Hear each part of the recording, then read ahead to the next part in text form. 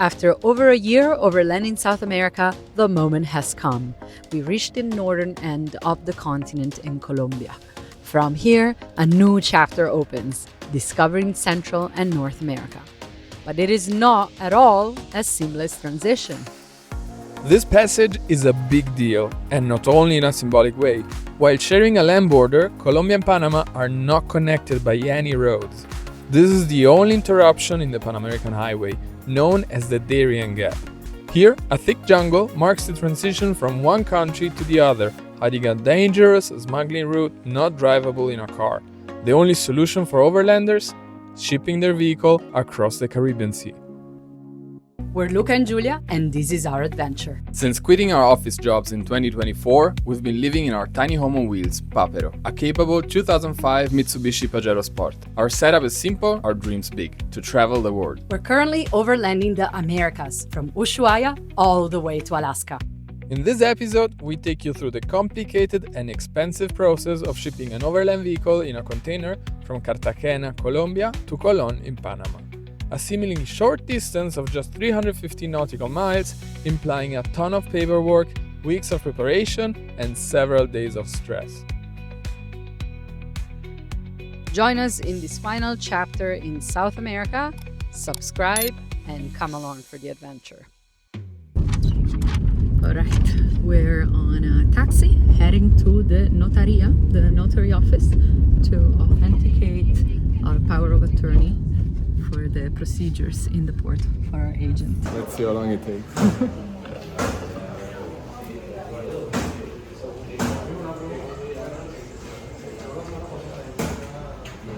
Our poder got authenticated. Yeah, in like 25 minutes. It was a bit long for being just a signature, putting down your fingerprint and a picture, but yeah. But yeah, Public office, much better. Okay. Yeah, much better than expected. Good morning, back in the Papero and already leaving Barranquilla. We have a few very hectic days in front of us, lots of stuff to do, preparing the shipping and actually going through the whole process. We've been working on this for over 2 months since our first contact with our agent, Anna, who's helping us. But yeah, Cartagena, here we come.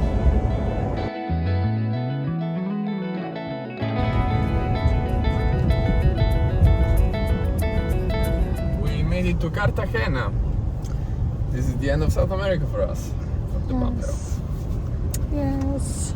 It's weird having like the final destination, the point where you don't go any further. Don't go any further, yeah. In a place like this, it doesn't feel like a destination. No. Because it's the kind of place we would 100% skip if it wasn't that we're using the port facility. Yeah, it's very touristy. Off we go. Welcome to Cartagena. We've made it. It's really hot and humid as expected.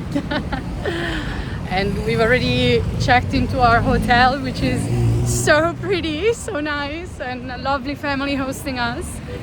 And we're now walking to the Centro Histórico, the city center, the walled inner city historic center. And we're meeting someone special there. This is it, our friend Nicole, whom we met in Antarctica, meeting at the other end of the continent, I guess. Yeah. I can't believe you guys are Crazy. I was telling all the people on my trip about you guys. Like, it's crazy that you guys got all the way up South America in what, like 9 months? 10 months? Yeah, more or less. Yeah. We made it. Oh, let's go where it's cool. After hanging out with Nicole, we explored the colonial center of Cartagena for a bit.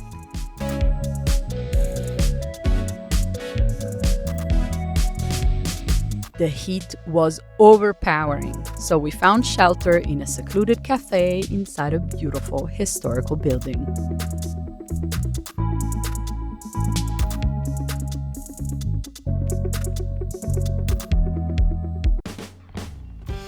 Back at the hotel, we found our friends and container buddies Robert and Antje. We had first met them in Peru and we're finally catching up a few months later ahead of shipping to Panama together. To celebrate that night, we wandered the lively streets of Cartagena, the last bit of fun before all the work of the next few days. Alright, today is the day before we enter the port, and it's admin day. It's preparation day. We need to sort out things in the Papero to make sure he enters the port the way he should. And of course, we need to sort out all the things that are not gonna go into the Papero and are gonna stay with us. So come with me, I'll show you.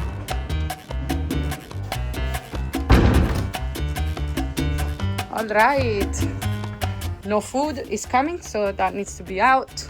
We will turn off all electronics. We will take the clothes that we need. We will hang those dehumidifier bags to make sure there's no mold forming in the Papero. Yeah. A few mechanical checks to make sure everything is in order as it should be, and we can go.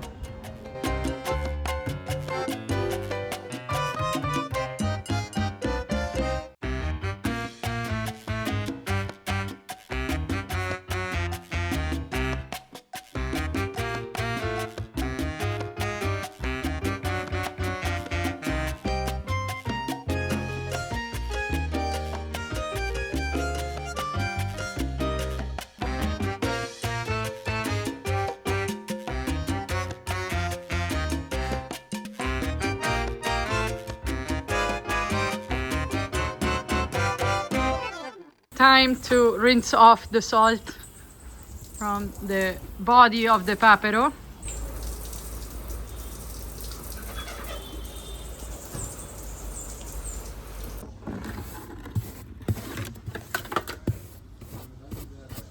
Sleeping bag is back in and very clean and smelling very good.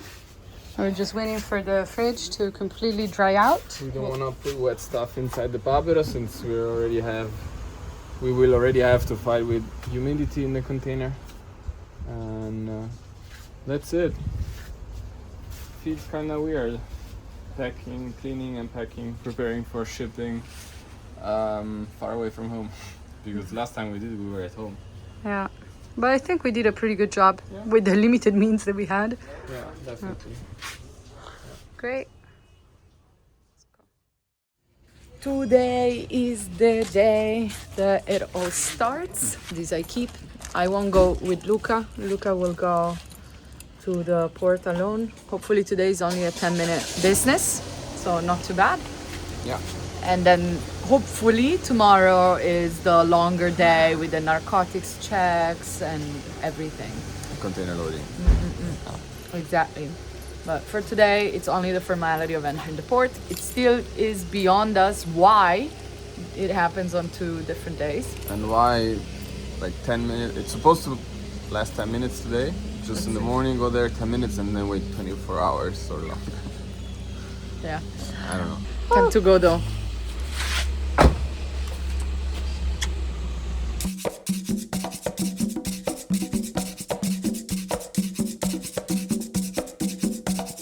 Safety first, we need to wear this vest and helmet, and I think some special shoes that they asked for my shoe size last days, but maybe not today, I don't know. Anyway, this looks fun.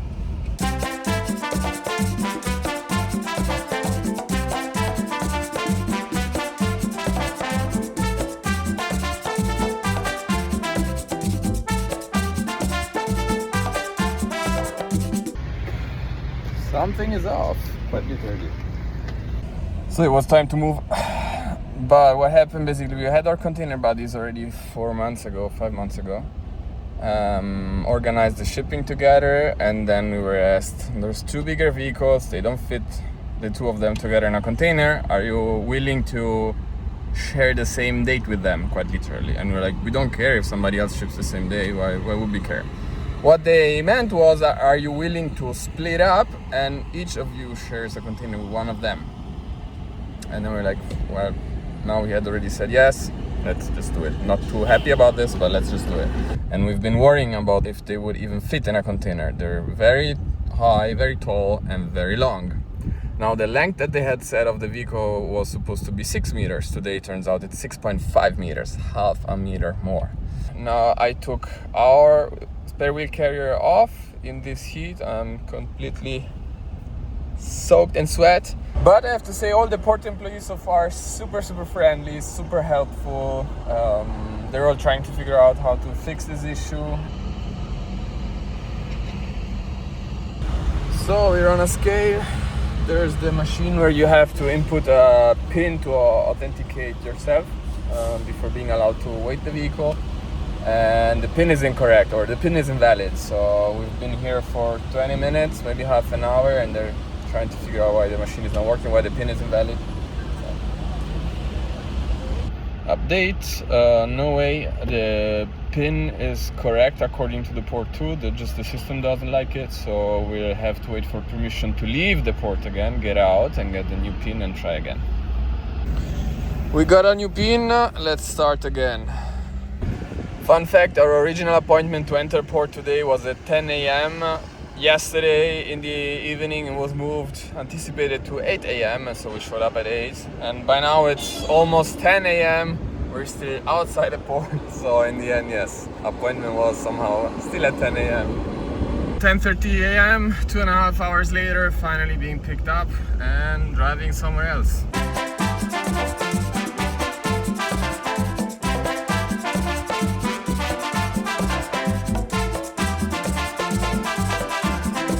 Freedom, 3.5 hours later. They had told us just 10 minutes. Time for lunch. Oh, and there's no water in the city today, so I can take a shower.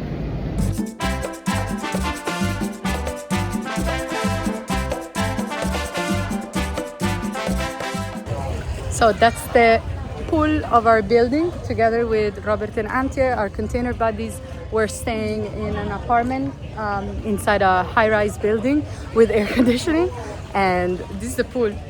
It's amazing, and it also has a very beautiful view.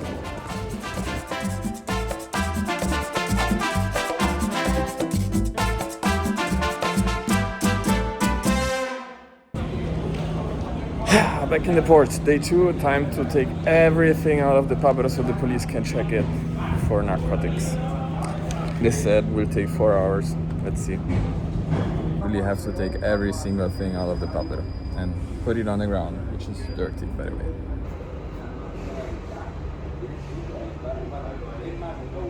Over 1 hour later, everything is outside of the Papero. Everything is empty. We'll see how long they want to check it. I've heard from other people that they even let air out of every single one of your tires to smell it. We'll have the narcotics check, and then basically we can already load the container. The containers are already outside, big green, evergreen containers. It's 40-foot high cube because of the big vans that will fit in. They will still have to take stuff off the roof and let air out of their tires to make sure that they fit in. Port employees just came by, they were checking the vehicles to see how they could then fix them with the ratchet straps in the container.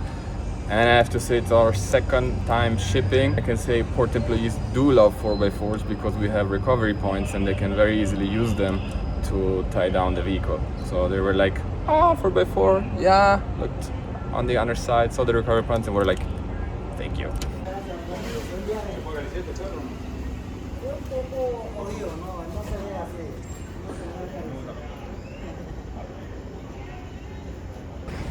$11 a.m., 3 hours later, dog went through, we can put everything back in and finally load the container. But we'll take, I guess, an hour, maybe more, to put everything inside. Here we go again with the dehumidifying packs against moisture. So 1, 2, 3, and we're hanging one more here. These things work amazing.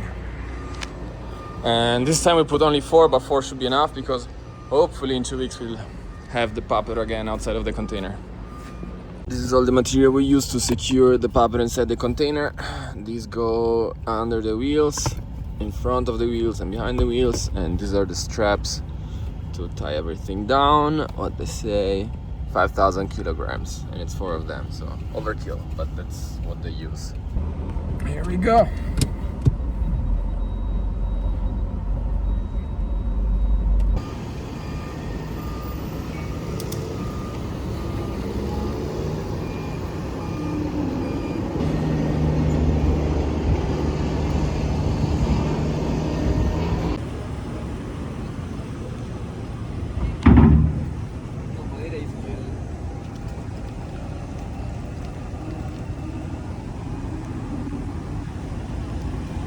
And as usual, disconnecting the batteries, both the main one and the auxiliary one.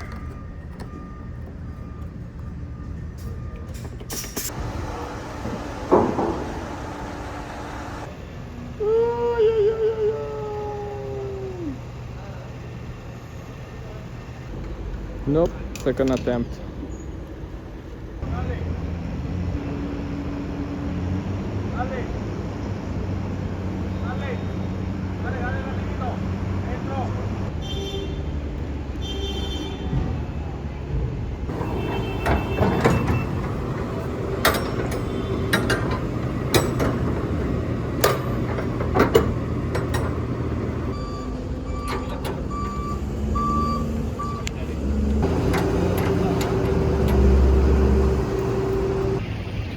Containers are finally closed. This is the one where the Papero is in, and we'll see him in 2 weeks in Panama. Alright, Italy is almost empty. Especially Tuscany. Specifically Tuscany, so we're gonna go for it. Zack. Papero. Blue, like the Papero. Like the Papero. So we're done with the shipping, and yes, it's done, it's done, it's done. The Papero and the Papera and the Ente, the 2 dogs, are in the containers, and so now we'll just enjoy Cartagena, right? Thankfully the weather is not that good, so it's not as hot as it usually is, and we're gonna go for coffee. Though we're quite sad to say goodbye to South America. It's Absolutely sad, very sad. very sad, but the journey continues. We did it! It was stressful, it was complicated, but we managed to put Papero in a container and ship him onwards to Panama. Now the question is, how do we get to Panama? Tune in next time to find out.